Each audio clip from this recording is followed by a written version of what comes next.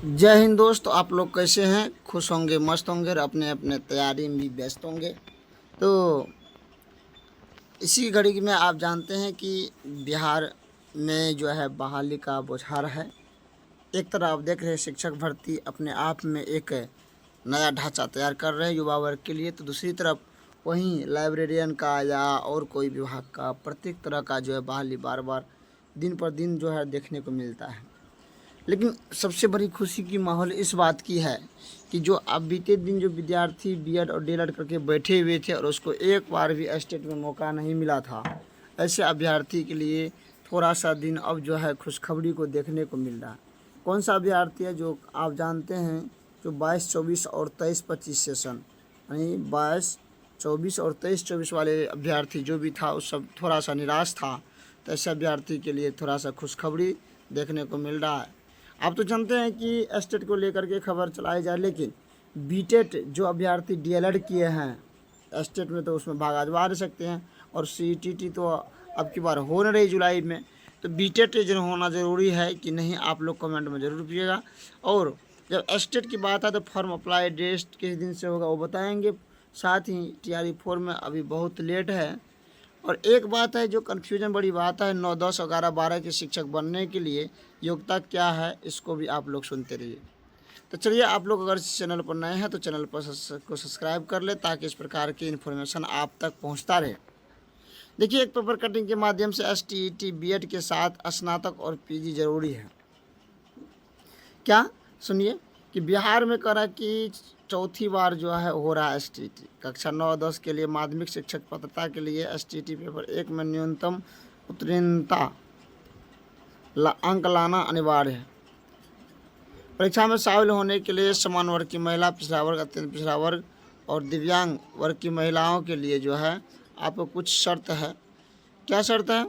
इसमें जो कह रहा है कि अभ्यर्थियों के 40 वर्ष और अधिकतम उम्र 42 वर्ष होना चाहिए एसटीटी में, और उत्तीर्णता के लिए जो है 50% एसटीटी में भी अंक लाना ज़रूरी है। अत्यंत पिछड़ा के लिए जो अलग अलग इसके लिए आपको उत्तीर्णता है, जनरल के लिए अलग है, एससी के लिए अलग है, एसटी के लिए अलग है।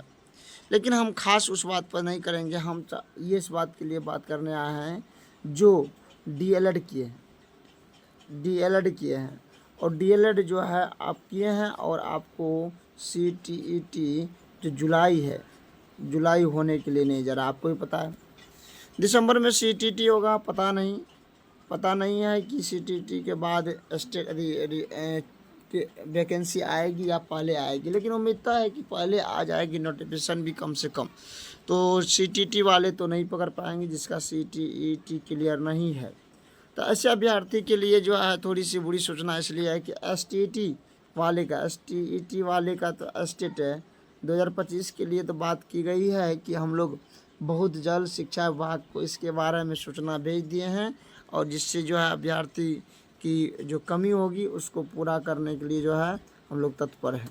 इसी कड़ी में आप लोग देख रहे हैं कि जो बीटीईटी है आपको 2017 में ही हुआ था, उसके बाद बीटीईटी नहीं हुई।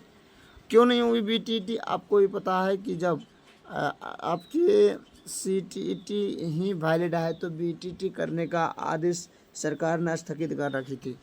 लेकिन जो टीआरई 4 में मोटी वैकेंसी आ रही, टीआरई 4.0 में इतना मोटी वैकेंसी जो आ रही है, तो इसमें इसके बाद अब वैकेंसी लास्ट है, लास्ट इसके बाद नहीं आने वाला वैकेंसी है।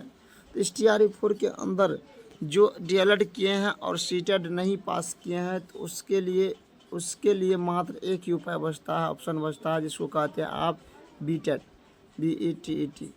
बीटेट में भी आप समझिए कि पेपर 1 होता है और पेपर 2 होता है। पेपर 1 उसके लिए 1 to 5 के लिए, पेपर 2 6 to 8 के लिए। ये बात समझ गए हैं? अगर यदि स्टेट के लिए आप कोर्ट केस किए थे उसके लिए अगर सुने हैं तो जितने भी डीएलएड वाले अभ्यर्थी अगर यदि आप भी कोर्ट में जाएंगे तो आपके बात को भी सुनेंगे, केस होगा, और केस होने के बाद जो है जो भी आपको अगर यदि पक्ष में आने का बात होगा तो उसको बात को सुनेंगे, और सुनने के बाद फिर आपका ये बात अच्छी तरह से देख करके सरकार के कानों तक पहुंचेगी। लेकिन कुछ अभ्यर्थी इसमें जो कमेंट गलत कमेंट करेंगे कि आप क्या बोल रहे हैं। जी हाँ, आपका अगर यदि हक था, आपका स्टेट पास नहीं हुआ था, आप बार बार कमेंट के माध्यम से या मीडिया के माध्यम से कोर्ट जा कर के आप अपना अधिकार लिए हैं, तो BTET वाले 2025 वाले का भी अधिकार है इसमें कोर्ट जाने का, क्योंकि किसी को रोक आप नहीं सकते हैं। इसी कड़ी में बहुत अच्छी बात है कि जो बीएड के बाद state paper 1 STET state paper 1 पास किए हैं, बीएड के बाद स्टेट पेपर 1 पास किए, और स्टेट के बाद अगर यदि आप 9th 10th और 9th 10th का अगर यदि शिक्षक मतलब फॉर्म आता है, तो इस फॉर्म को आप आसानी से भर सकते हैं और आप पास कर सकते हैं। ठीक इसी कड़ी में अगर आप बीएड के बाद या तो पीजी किए हैं या पीजी किए हैं, या आप पीजी करके अगर बीएड किए हैं, पीजी करके बीएड किए हैं, तो उसमें अगर स्टेट पेपर 2 पास है, स्टेट पेपर 2 पास है, तो जिसमें स्टेट पास है और उससे पीजी होना चाहिए, आप जो है आप 11th एंड 12th शिक्षक बनने के लिए योग्य है।